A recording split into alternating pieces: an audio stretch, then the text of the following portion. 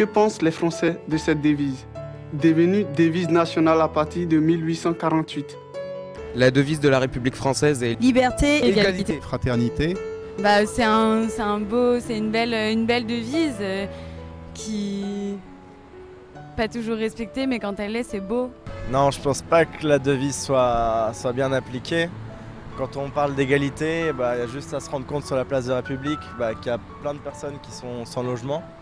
Égalité, je dirais pas tout à fait. On peut voir des différences, certaines discriminations. Et puis fraternité, ça se fait. C'est en construction.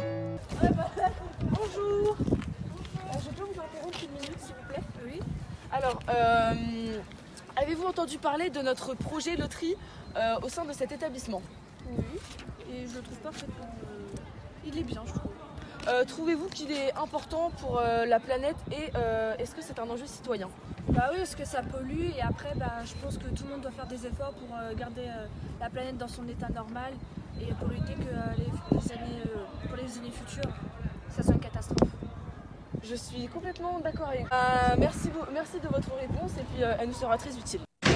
Je rentre en cours, j'enlève mes lunettes, mais en fait j'en ai pas tout. Liberté d'expression alors. Il ne s'agit pas de liberté d'expression, mais de respect envers les autres. Tu vois bien que tu nous déranges là. Ok, t'es si malin que ça, c'est quoi la liberté d'expression pour toi alors? Eh bien, c'est faire connaître le produit de sa réflexion à son entourage. C'est exprimer ses idées par n'importe quel moyen et sous n'importe quel format. Et puis c'est parler librement et donner son avis, mais ça risque d'être sanctionné. Regarde, quand on a étudié le régime totalitaire, on a bien compris que les populations n'étaient pas libres d'exprimer leur opinion. Par exemple, si les citoyens de l'URSS de Staline dénonçaient des idées contraires aux idéaux du régime, ils risquaient d'être condamnés aux travaux forcés, voire de mort.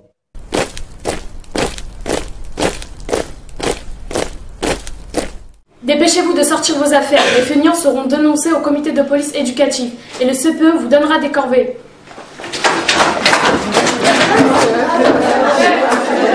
Taisez-vous! Vous n'avez pas l'autorisation de parler. Aujourd'hui, nous allons continuer le cours de morale. Le thème est pourquoi les hommes doivent faire la guerre totale et les femmes doivent rester à la maison avec les enfants. Mais avant de commencer, écoutons le message de notre fabuleux guide. Voici la pensée du jour, transmise par Big Guy, votre guide suprême. Je m'appelle Daniel, j'ai 16 ans, je suis brésilienne. Bon, je viens ici pour parler d'un peu sur la sécurité de mon pays.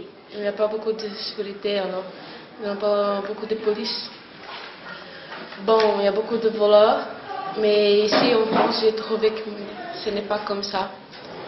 J'ai trouvé qu'il y a beaucoup de police qui travaillent, qui les ont fait son travail d'une manière incroyable.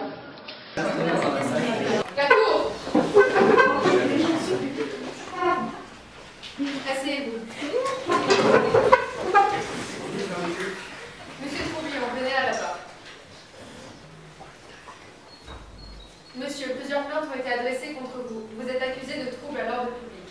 Nous avons à notre disposition un procès-verbal vous concernant lorsque vous avez dégradé l'environnement du parc Gérince.